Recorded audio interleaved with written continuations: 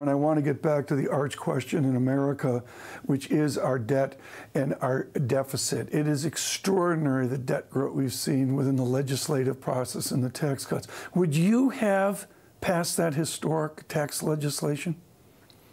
Well, strangely enough, the tax legislation was not bad in and of itself.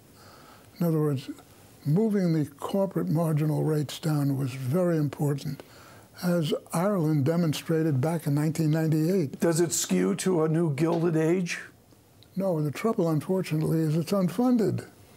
In other words, what they did, where they cut, and the regulatory structure which they changed has been quite positive. But they have not attacked the issue of entitlements, which Well, you did this, though. You did this 30 years ago, 40 years ago.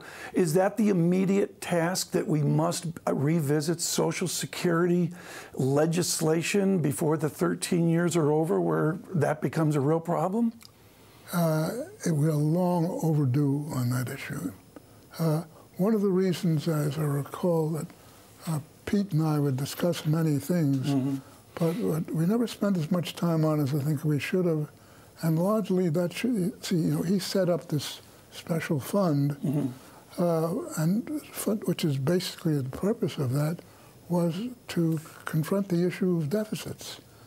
And what he's running into, and what everybody is running into, is that cutting Social Security or Medicare or anything is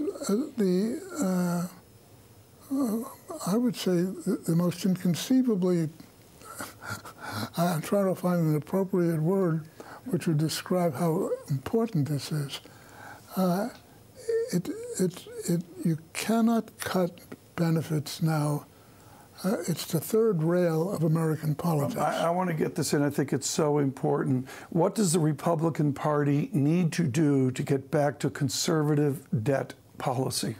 Go reread Ronald Reagan, but make a major amendment to it, which is basically do spending cuts first before you try to do tax cuts. Well, we'll leave it there. Alan Greenspan, thank you so much.